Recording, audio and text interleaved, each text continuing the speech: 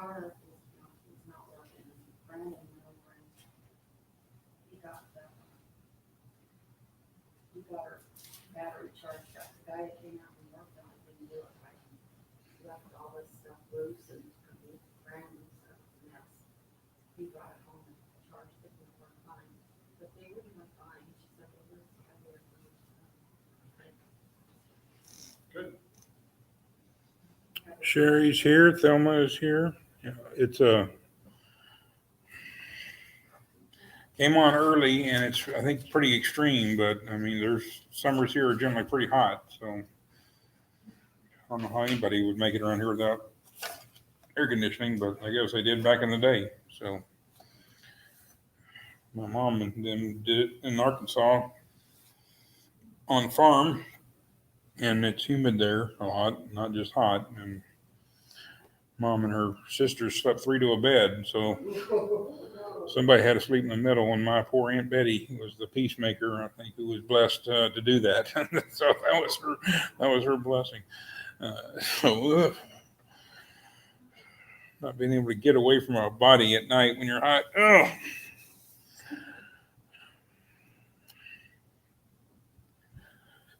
Okay.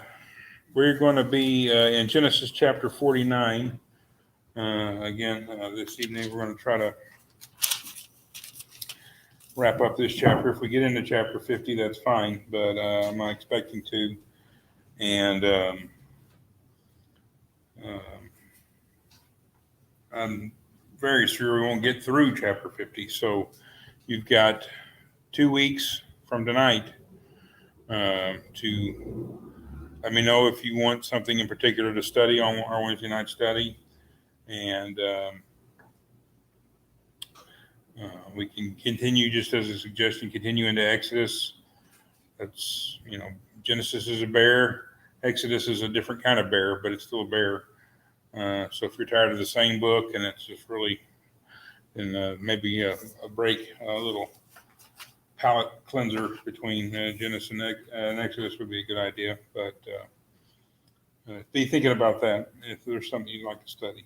So, okay, Genesis chapter 49. We read through all of the prophecies last week, and we talked about the first 4 sons that Jacob and Leah had, Reuben, Simeon, and Levi, and finally Judah.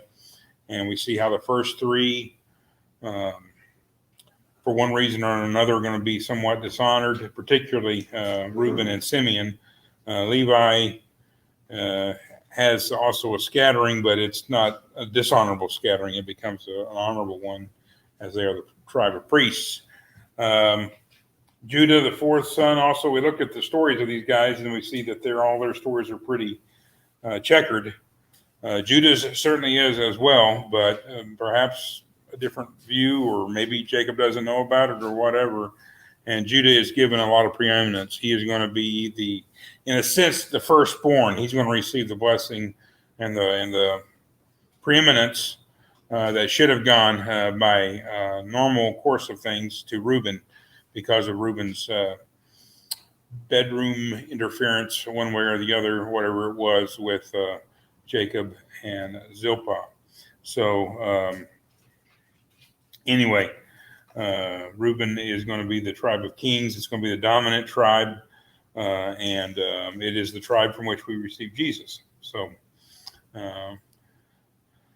anyway, now we're moved to the actually 6th son of Jacob and Leah. He gets out of order, Jacob does, and blessing them, but it's his blessing, so he can say it any way he wants, I guess.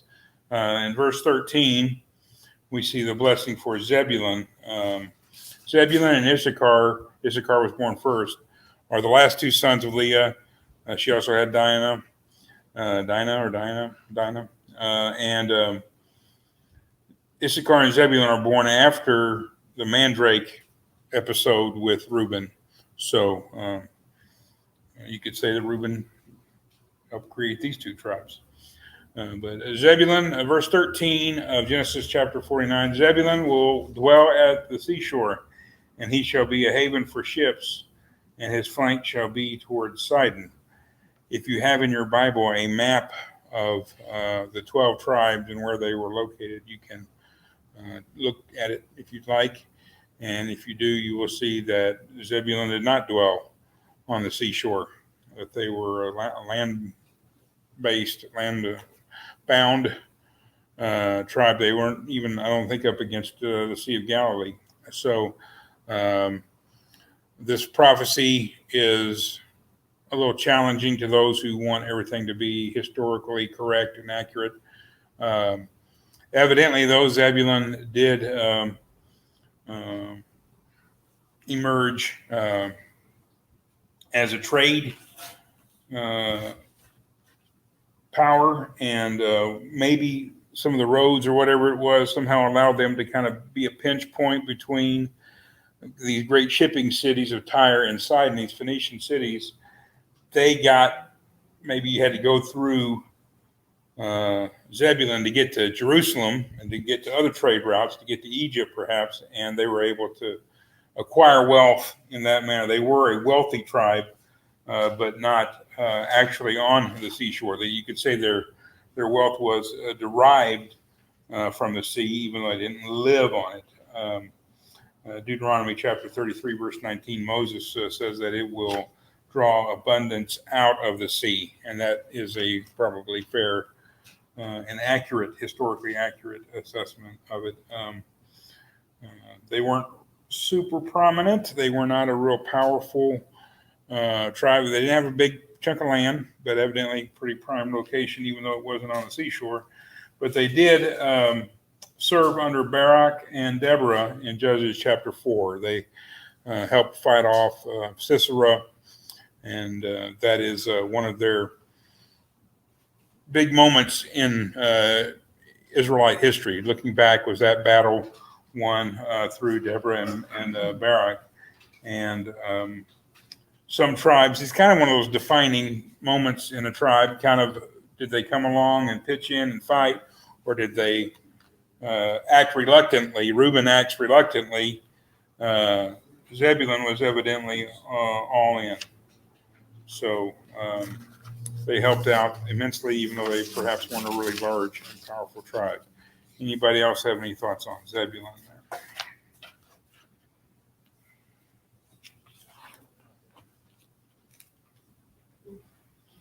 Okay. Now the next is the next to last. Again, Zebulun was the youngest son Leah had.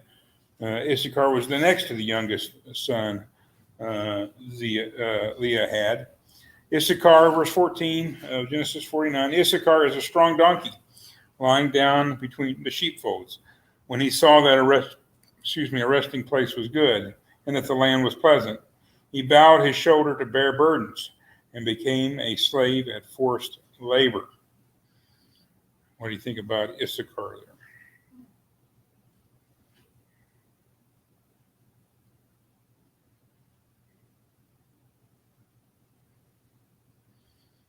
Does that mean that he had slaves, or that he was a slave? It means that they became hired hands, workers, and I guess somewhat enslaved.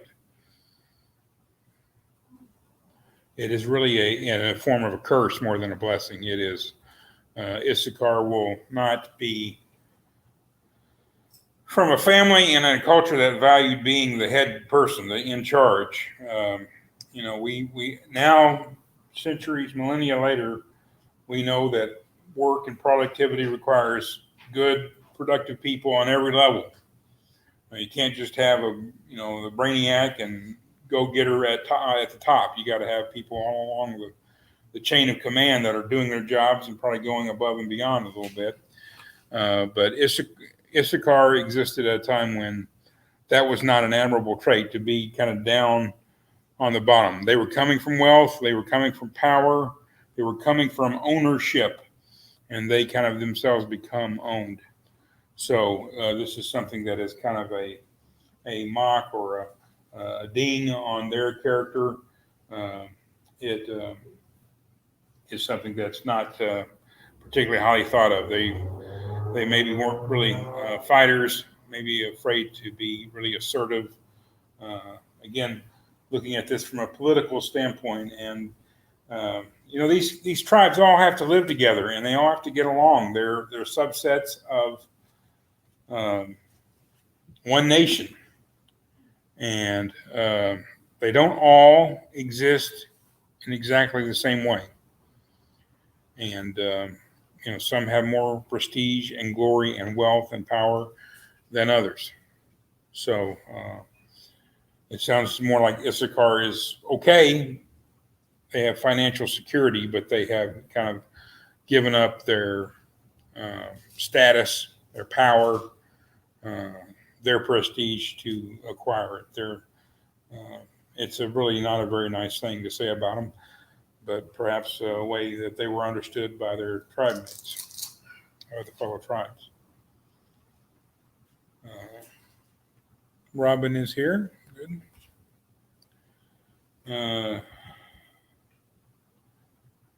One of the things that's interesting about Issachar, and if you have the handout, it's in that 1 Chronicles chapter 12, verse 32. They self-identify as a tribe that understood the times with knowledge of what Israel should do. So somewhat prophetic, but even in this kind of sense, in a practical sense. And maybe they were just a little too practical. And I think that's a balancing act for the church today, that we have to be relevant to our communities. If we don't contact them, if we do not speak to them words that are accessible to them and words that they can hold on to, then there's no point in talking to them. At the same time, we can't change the basic message. We can't talk about, Jesus didn't really die on a cross, or Jesus wasn't really risen on the third day, or there are some core tenets to our message that are not negotiable. But at the same time, if we march on forward without paying any attention, one of the best examples of reaching out to your community with a faithful message is Paul's sermon on Mars Hill, where he looks at the Athenians and he sees their nature. He sees who they are. You're very religious people. You have a place in your pantheon for an unknown God. I won't tell you who that unknown God is. And he connects with them on that level. And then in his sermon, and I think this is something we can really latch onto, he presents that God as the God in whom we live and move and exist. Kind of big strokes, big picture, big painting of God. He doesn't get down into all the little nitty gritty points that we fight over for a long time. Yes, sir. To use a worn out phrase, that you meet them where they're at. Yes. It has to be relevant. Yeah. And I think that's one of the things about the gospel and the story of Jesus Christ, is that it is really, if presented correctly, it is relevant to everyone. There's something about his life that allows the other person, it doesn't just let God identify with our human frailty through Christ. It allows frail humans to know God identifies with them. And that's the richness of the story of the life of Christ. And, but before he ends up with that very challenging message about Jesus being crucified and then resurrected. It's a very difficult message, particularly for the Greeks to accept. We've talked about this at times, I think, but the Greeks didn't have a tradition of, resurrection. Greeks, you died, you crossed the river Styx, and you went into Hades. You went into the place of the dead, and that was that. Nobody ever heard from you again, except in maybe some of their mythical stories. But once you were dead, you were dead. The Jewish culture has some experience with resurrection, but it's not overly rich, and there's plenty of people, at the time Jesus is on, that don't really believe in resurrection. So when Paul gives them that message, it's a very challenging one. before he gives them that message, he gives them this image of God in broad strokes, in a big sense.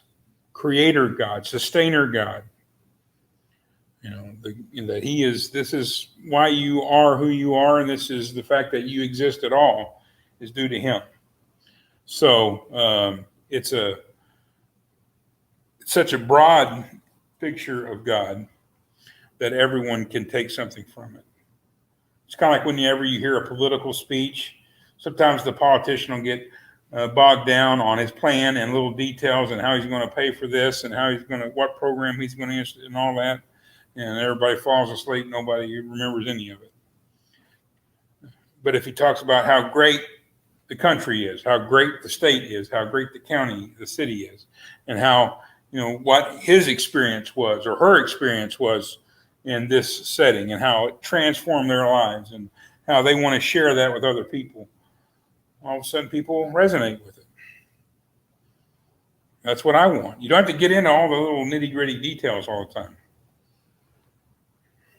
It's not to say we don't have to believe what we believe and understand and discuss it, but there's a time and a place for everything.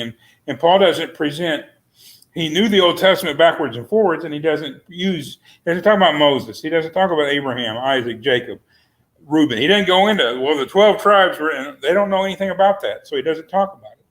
They don't even really know about God, but he's going to tell them about God. He's going to start with that.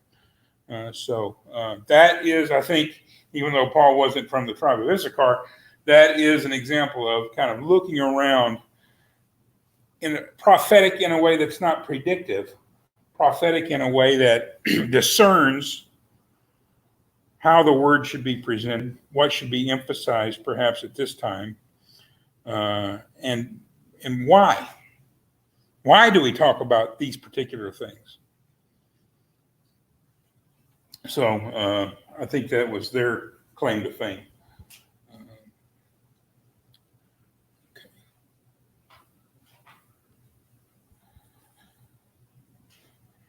The next tribe is another firstborn, really. It's Dan, verses 16 and 17. Verse 18 seems to be kind of an interlude or something from Jacob, perhaps, but Dan, again, is one that's severely criticized.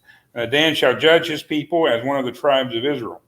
Dan shall be a serpent in the way, a horned snake in the path that bites the horse's heels so that his rider falls backward.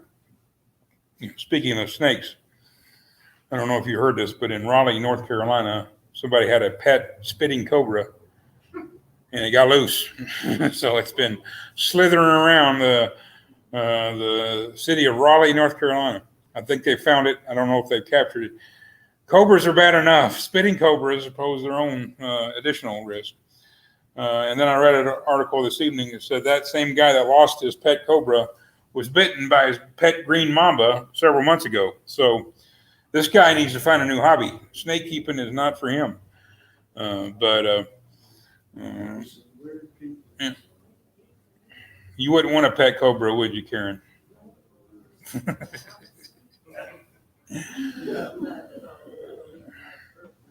Yep. Alma once told me the only good snake is a dead snake, but I don't necessarily subscribe to that, but that's certainly has years of wisdom behind it. So, God made them too. So, so this, comparing Dan to a snake tells you right off the bat they're not real well thought of. That the snake, the serpent, is the reason Eve ate the apple and gave it to Adam, the fruit, whatever. I'm not saying it was actually an apple, but that's the story. The serpent deceives Eve. Eve leads her husband astray. So comparing a tribe to a serpent is not a flattering comparison at all. But Dan is supposed to be a judge of his people. He's kind of like Reuben in that there's this appearance and the natural order of things would indicate that Dan is going to be great. He is also, in a sense, a firstborn again. He is maybe in a legal sense the firstborn of Rachel. He's actually born to Bilhah, the slave, but at the behest of Rachel. So Rachel claims him and names him, and this is this is a firstborn in a sense, the firstborn of the favored wife, and he's kind of a letdown. He doesn't live up to the great mantle that he should have taken on. He doesn't fulfill that. If you want to see kind of a story about it, Judges 18, you see the Danites being kind of jerks, somewhat to their fellow tribes and somewhat to Gentiles who were in the land but were peaceful. And when they went in to take the land of Canaan, they were supposed to really drive everybody out, destroy them utterly. They don't do it, and then God says, "You will not drive them utterly out; they will remain." So this is a peaceful group of people living there, and I think I understand it that they don't have the godly authority to put them to the sword, and yet they do. So they're not really well thought of amongst the other tribes. Just kind of out of the handout here, Revelation 7:5-8. There's a list of the 12 tribes of Israel in Revelation, kind of in the vision that John has. And when you make Joseph into 2 tribes, you end up with 13, right? So there's always a way of getting around and getting the number back down to 12. There's really 12 tribes, with Joseph being one of them. For the land inheritance, there's 12 tribes because Joseph gets divided into 2 and Levi doesn't have a specific inheritance. So we're back to 12. Well, the way they get to 12 in Revelation chapter 7, 5-8 is to just leave Dan out completely. He's not mentioned. All the other tribes are mentioned. I believe Ephraim is mentioned as Joseph rather than Ephraim. Maybe it's Manasseh. I think it's Ephraim that's mentioned as Joseph. So all 12 tribes are mentioned except Dan. So they get left out. The Danite you're probably most familiar with is Samson. He was a judge of his people. I don't know what you think about Samson. I guess you'd want him playing linebacker for your football team. I don't think you'd want your daughter marrying him. And I don't think you would like to have him fight your fights for you, but you really wouldn't want to have him leading your life. You wouldn't want a man prone to deceit, I guess, and just so earthly. He's a very earthly character. I guess even if it's not necessarily in a wrong way or a bad way, he's a very carnal creature. And, he at the end of his life, he's been captured by his enemies and he's had his eyes gouged out. But what happens? His hair starts growing again, right? So he's getting stronger again. And he dies because the slave boy puts him between 2 pillars, and he prays to God, "Let me die with my enemies." And that's the kind of leader a lot of people want. They want the chesty puller guy. They want the George Patton, go get them blood and guts. But our master did not die with his enemies. Our master died for his enemies. That's the one we follow. And that's a very big difference. And so Goliath's kind of the big goofball. You might have called Ox in high school or whatever. You just kind of, what's that? Samson, yeah. So what did I say? Goliath. Probably was too. Yeah, an even bigger ox. But Samson he may be kind of the Jewish equivalent of Goliath, actually. But he's this big, strong guy, but not a whole lot going on. I don't think he was stupid so much as probably just lazy. Probably just kind of privileged and entitled, and everything came relatively easy to him. And when it was taken away, maybe he finds some redemption in a certain way. But so Samson was a Danite. Just don't say it to his face. I mean, I like it. Again, we jump out of order. At least in the Genesis chapter 30, I believe, it's recorded as Dan, and then Naphtali were both born to Bilhah. again, at the behest of Rachel. But maybe the correct order really was Dan, then Gad, and Asher, and then Naphtali. I don't know. But Dan is mentioned, and then Jacob goes over to the two sons of Zilpah, his other slave, his wife's Leah's slave. And the first one is Gad. And Gad basically means good luck or good fortune.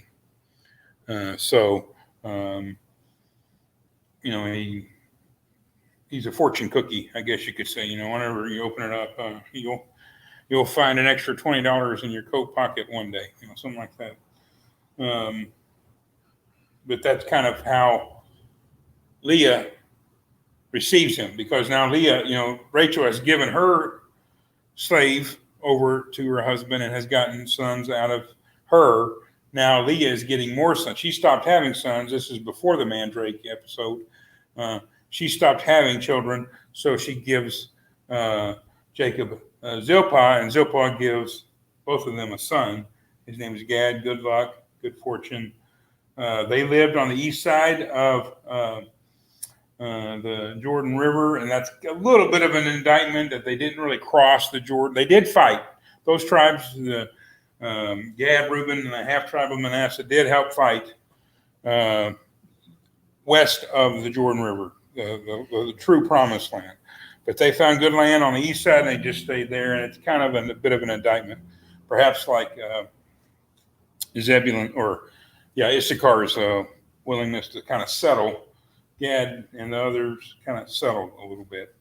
And as a result of that, their fate is that they get raided a lot. They have a lot of border wars. Verse 19 asks for Gad, raiders shall raid him, but he will raid at their heels. So they're back and forth. They have an unsettled border. Maybe they needed to build a wall. I don't know. But they had some disputes along their eastern perimeter there. The next tribe, and where we'll be mentioning someone bearing this name, we will be meeting them this weekend. We're just a few days away from meeting my great nephew Asher.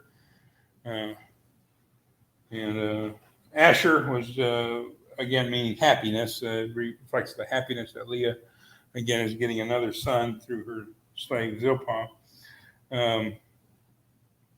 Asher has it really good.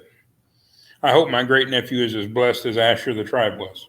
Maybe he'll give me a loan, one day. Maybe after his first birthday, I don't know. But I'm bringing him some presents. We're going to have some gifts for him, so hopefully he'll remember that when he comes into his wealth. But Asher is the tribe that occupies the area of Sidon and Tyre in the northwest coast. They're the ones on the water up there rather than Zebulun. Yeah, I'm having a hard these names. It's a good thing I didn't have a bunch of kids. I would have just had to grab them and start spanking because I couldn't remember which one was which. If I spanked the wrong one, well, it was for something you got away with, probably. But verse 20, as for Asher, his food shall be rich, and he shall yield royal dainties. I don't know what you think of when you think of dainties. But yeah, so that's a better maybe for our nomenclature. A delicacy would be something probably nice and edible and everything, as opposed to a dainty. Sounds kind of a little fruity. Well, what they were is very rich, being right there on the coast, and having two great cities like Tyre and Sidon. They became a very wealthy tribe. And so they got kind of, in a sense, the best of the land. They're right there on the Mediterranean. And they also help fill the coffers of the nation as a whole. When there's a king and he starts taxing and everything, a lot of that money is coming from Asher. So they're right up against Lebanon. They have some problems. But beyond that, they're the first tribe when the Assyrians start coming down. Their first tribe they're going to run into is Asher. That's not good for Asher. But when things are going well, they go very well for Asher, and they are happy and they are wealthy. If you read Judges chapter 5, verse 17, you'll see that they weren't maybe so involved in the fight with Barak and Deborah, and their wealth may have caused them to be a little bit detached from their brothers. Okay, the last son of one of the slaves, this last son of Bilhah, is Naphtali or Naphtali. Verse 21, Naphtali is a doe let loose. He gives beautiful words. He is the second biological son of Jacob and Bilhah. And again, it kind of reflects the struggle between Leah and Rachel for their husband's affection. And why, I guess, under the Mosaic law, it became illegal to marry sisters. I look back at this story and said, we're not going to let that happen again, I guess. But they lived kind of in a somewhat isolated but pretty decent experience. They were independent. They became ethnically distinctive, kind of a beautiful people. And in that war of the Judges, in chapter 4 and 5 of the book of Judges, that is primarily, if not exclusively, on the land of Naphtali. And they go to war. They were some fighters. Maybe you could think of the movie Braveheart, and those Scotsmen are running around in their skirts up there fighting the Brits, fighting the English. Well, that was them. They were getting after it. They didn't mind fighting. But they were evidently also a very beautiful people. So finally, we get to Joseph, and Joseph has a very extravagant blessing, and it's all good. He is getting the real fullness, the double portion that belongs to the firstborn son. In a sense, again, Joseph is a firstborn son because he's the first one physically birthed by Rachel, the wife that Jacob really wanted all along.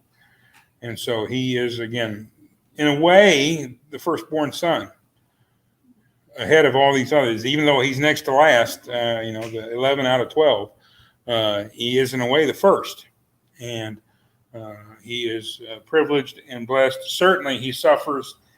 His role in the history of the nation of Israel as an individual is enormous, bigger than all of his other brothers combined as just individuals. As a tribe, he gets the double portion, Ephraim and Manasseh. So he's getting the eldest son's birthright blessing, even though he's not the eldest son. Rachel is vindicated at long last with the birth of Joseph. God has declared her to be, worthy. Most of us have known couples that have struggled with infertility, and if they ever were able to have a child, they become very joyful that they're having a child. For women in antiquity, in this culture, it was much more than that. If you couldn't have kids, it was because God was displeased with you. He didn't like you. It was a curse from God for you not to have kids. So Joseph being born, the curse is lifted. God has found favor in me. God is happy with me. Jacob is so happy that Rachel's had a son that he's ready to go home now. He's ready to leave his uncle and return to the land of his family, go back to the land of promise. So he has a very rich blessing. He's the vine that's feeding, in a sense, the rest of the nation. Similar to Jesus said, I am the vine, you are my branches. You have no life apart from me.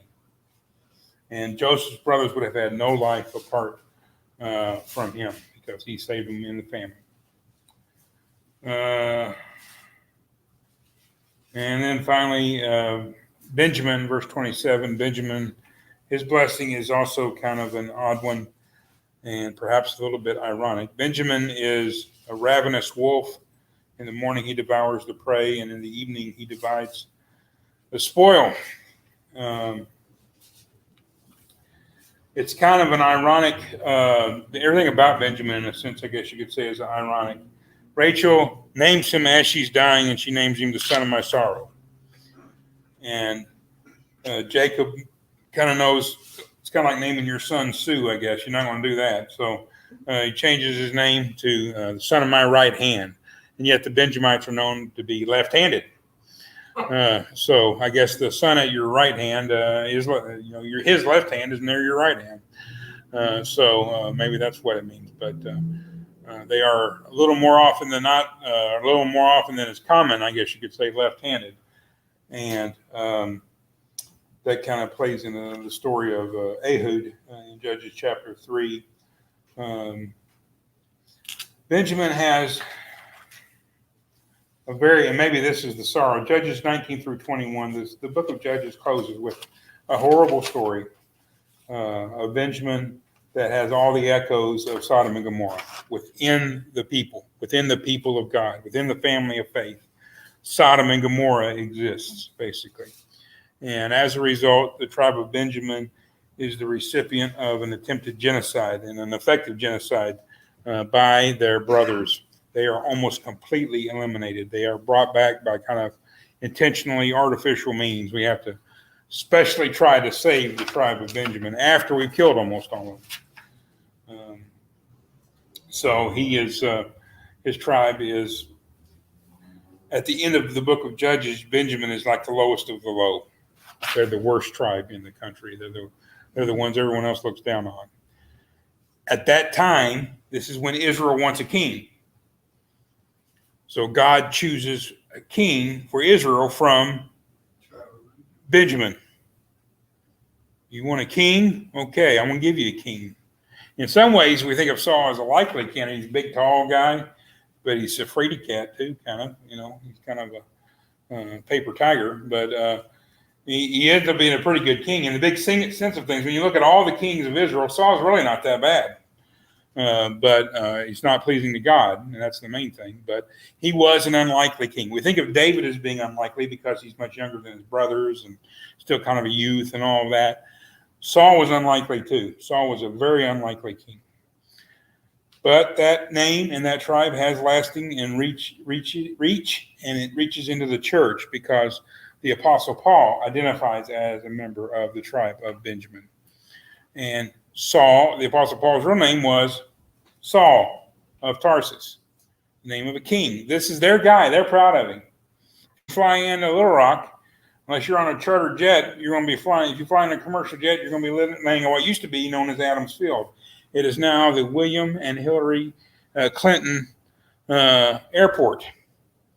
And a lot of people have a lot of different opinions about Bill Clinton and about Hillary.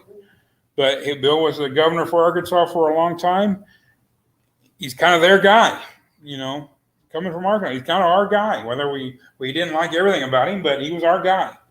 So the tribe of Benjamin could look at Saul and think of him differently than maybe the rest of the nation could look at Saul. And, this is their guy. This is your guy. And sometimes I long for the days of Bill Clinton in the White House. Things were a lot more predictable, I guess, understandable at times. But he was a character. All these people kind of are rascals. Benjamin, as an individual, was a very minor character, really. He doesn't play much of a role other than as a pawn.